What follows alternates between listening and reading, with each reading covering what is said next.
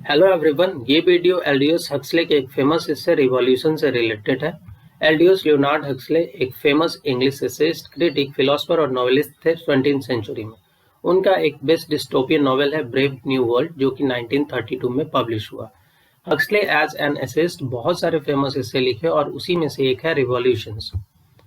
Revolution का जो literal meaning है वो है कि किसी भी गवर्नमेंट को या किसी भी सोशल ऑर्डर को फोर्सफुली हटा देना, ताकि एक नया फॉर्म ऑफ गवर्नमेंट या नया जो सोशल ऑर्डर है उसको इस्टेब्लिश किया जा सके। सो बहुत सारे आपको एग्जांपल मिल जाएंगे, like French revolution, Russian revolution, industrial revolution, English revolution. इन सब में क्या किया, जो पुराना फॉर्म ऑफ गवर्नमेंट था या जो सोशल ऑर्डर था उसको हटा दिया गया। सो it is a sudden change in power and system which is done by the population. Huxley का ये जो एस्से है रिवॉल्यूशन, वो स्टार्ट होता है कार्ल मार्क्स के मेंशन से। हक्सले इस कार्ल मार्क्स के बारे में डिस्कस करते हैं। कार्ल मार्क्स को हम जानते हैं कि वो एक famous German philosopher, socialist, revolutionary थे, और उनका जो आइडिया और थ्योरी है रिगार्डिंग सोसाइटी, इकोनॉमिक्स और पॉलिटिक्स, इस सब को मिला करके मार्क्सिज्म कहा जाता है। सो मार्क्सिज्म बेसिकली कार्ल मार्क्स का आइडिया और थ्योरी है regarding socialist, society, economic and politics. और ये जो मार्क्सिज्म है वो दिखाता है, प्रेजेंट करता है struggle between the capitalist and proletarians. यानी प्रोलेटेरियंस मतलब वर्किंग क्लास के जो लोग हैं, और कैपिटलिस्ट, इन दोनों के बीच जो कॉन्फ्लिक्ट है उसको मार्क्सिज्म दिखाता है। हक्सले कहते हैं, जब इससे स्टार्ट होता है तो आप देखेंगे कि it was Karl Marx who thought of the life in the English manufacturing towns in the first half of the 19th century. So according to Huxley, ये कार्ल मार्क्स थे जो देखे किस टाइप से first half of the 19th century में जो working class लोग थे उनका क्या कंडीशन था इंग्लैंड में।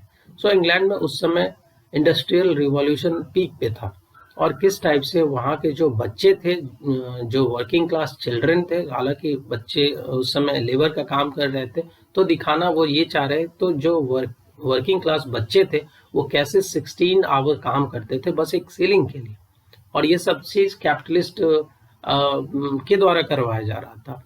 और जो विमेन वर्किंग क्लास थे वो कैसे माइन से कोयला खींचते थे, जिस चीज को हॉर्सेस करना चाहिए उसको विमेन कर रही थी, क्योंकि उस समय हॉर्सेस का जो कॉस्ट था कोयला खिंचवाने का वो ज्यादा था वुमेन के मुकाबले। सो कैसे कैपिटलिस्ट वुमेन का सहारा ले रहे थे, और साथ ही साथ जो वर्किंग क्लास मेन थे वो किस टाइप से काम को कर रहे थे, काम तो कर ही रहे थे, साथ साथ उनका जो कंडीशन था वो काफी फिल्दी, अब्यूसिव और यूजलेस था। इस टाइप से उनका जो एनवायरनमेंट है उसको दिखाने का प्रयास कर रहे हैं थ्रू कार्ल मार्क्स, जिस टाइप से वो अपने बुक मतलब जो बुक है उसमें डिस्कस कर रहे हैं। सो ये सारे जो भी वर्किंग क्लास लोग हैं वो कैसे बस जीने के लिए काम कर रहे थे ताकि वो भूखे नहीं मर सके। The proletarians were goods and slave for the capitalist. आगे हक्सले कहते हैं कि जो भी प्रोलेटेरियंस थे यानी वर्किंग क्लास के जो लोग थे वो कैपिटलिस्ट के लिए बस केवल गुड्स थे या फिर स्लेव थे। The average life of a slave in mine was about a year. Further कहते हैं एक्चुअली कि जो एवरेज लाइफ था किसी भी वर्किंग क्लास पर्सन के लिए किसी माइन में वो बस 1 साल का था, और जैसे ही उनका डेथ हो जाता था जो कैपिटलिस्ट थे वो क्या करते थे, दूसरे को ले आते थे। सो कैपिटलिस्ट के लिए जो वर्किंग क्लास स्लेव थे वो बस और बस केवल जैसे कि सॉइल का कोई नेचुरल प्रोडक्ट है, जिस टाइप से आप अनाज उगाते हैं वैसे उनके लिए स्लेव थे। So such was the position of the working class people in the industrial world. So Huxley दिखाते हैं कार्ल मार्क्स के थ्रू कि किस टाइप का जो कंडीशन था वर्किंग क्लास लोगों के लिए इंडस्ट्रियल वर्ल्ड में वो ऐसा था। And Marx knew well that they are victimized and exploited and they will be. और मार्क्स इस बात को जानते थे कि इस टाइप का जो कंडीशन है वर्किंग क्लास लोगों का वो बस और बस उसको विक्टिम और एक्सप्लॉइट बना रहा है, और शायद वो उनका कंडीशन वैसा ही रहेगा। So the first proletarian revolution happened in Russia in 1917। So Russia में पहला फर्स्ट प्रोलेटेरियन रिवॉल्यूशन हुआ मार्क्सिज्म के जो आइडियोलॉजी से उससे प्रभावित होकर के, और वो क्या किया, जो रशियन मोनार्की था उसको एबोलिश कर दिया, और वहां Russia as a communist state के रूप में उभरा, यानी कम्युनिस्ट स्टेट वो फॉलो द मार्क्सिज्म। लेकिन ये सक्सेसफुल नहीं हो पाया, क्योंकि जब इसके हालांकि इसके एस्टैब्लिश होने से, कम्युनिस्ट स्टेट होने से कम्युनिज्म का पूरी दुनिया में प्रचार बढ़ा। उसके कारण क्या हुआ, एक काइंड ऑफ टोटलिटेरियन स्टेट हुआ। टोटलिटेरियन स्टेट एक ऐसा फॉर्म ऑफ गवर्नमेंट है या एक ऐसा स्टेट है जिसमें कंट्रोल पूरी तरह से जो वहाँ के पावरफुल लीडर होते हैं उनके हाथ में चला जाता है और उसमें चांसेस नहीं बनता है कि कोई भी अपोजिशन पार्टीज आए। सो यही रिजल्ट हुआ रशिया में, पूरी तरह से कंट्रोल एक आदमी के हाथ में चला गया और उसी बीच में उसी सेम विचारधारा के जो लोग थे वो दो भागों में बट गए ताकि वो पूरी तरह से सत्ता पे काबिज हो सके। और इस कारण वहां लगभग 15 मिलियन डेथ हुए केवल रशिया में। ठीक है, सो ये जो कम्युनिज्म का जो अपने अंदर में ही जो लड़ाई हुआ, जो हुआ किसके बीच में, बोल्शेविक जो कि लेफ्ट विंग कहते हैं और जिसके सब व्लादिमीर उसके मुखिया थे और उसके सपोर्टिव जो भी सपोर्टर थे वो लेफ्ट विंग में आए। वहीं जो एडवर्ड स्टैडलर थे वो बोल्शेविक्स राइट विंग के थे। So in the communist state people's freedom was lost and they would not read, write और say whatever they want. So जो भी कम्युनिस्ट स्टेट है लाइक कि चाइना, जो पहले रशिया या इस टाइप के जो विचारधारा के कंट्री है जो इसको फॉलो करते हैं, टोटलिटेरियन स्टेट को मानते हैं, उसमें क्या होता है एक्चुअली कि लोगों का जो फ्रीडम है वो खत्म हो जाता है, कंट्रोल पूरी तरह से गवर्नमेंट के हाथ में चला जाता है। सो जो लोग हैं वहाँ के वो ना अपने हिसाब से कुछ पढ़ सकते हैं, लिख सकते हैं या वो जो कुछ भी करना चाहते हैं वो नहीं कर सकते। So Huxley suggests that to get rid of such a state, it is time to develop socialist state. अब Huxley आगे कहते हैं कि इस टाइप के विचारधारा, इस टाइप के स्टेट से बचने के लिए, रिवॉल्यूशन से बचने के लिए क्या करना होगा, हमें एक सोशलिस्ट स्टेट का निर्माण करना होगा, उसको डेवलप करना होगा ताकि जो इकोनॉमिक रिसोर्सेज है उसको सारे सिटीजन्स में इक्वली शेयर किया जा सके। फर्दर Huxley मेंशन करते हैं जीवी शॉ का, जो कि वो भी बिलीव करते थे इक्वलाइजेशन ऑफ इनकम में और वो मेंबर भी थे उस समय फेबियन सोसाइटी का। और फेबियन सोसाइटी एक ब्रिटिश और सोशलिस्ट ऑर्गेनाइजेशन है जो जिसका पर्पस क्या है, to advance the principle of democratic socialism via gradualist and reformist effort in democracy. So जो फेबियन सोसाइटी है वो ये मानता है कि चेंज होना जरूरी है लेकिन वो ग्रेजुअलिस्ट होना चाहिए, धीरे धीरे होना चाहिए, रिफॉर्मिक तरीके से होना चाहिए, ये नहीं कि रिवॉल्यूशनरी होना चाहिए।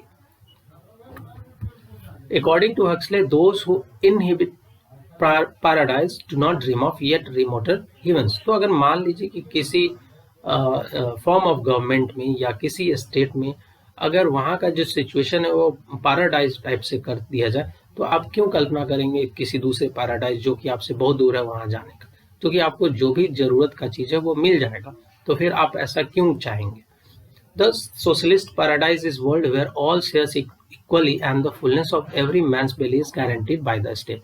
So हमें एक ऐसे सोशलिस्ट स्टेट का निर्माण करना चाहिए जहां हर लोगों का कल्याण किया जा सके, वहां उसके बातें हो सके।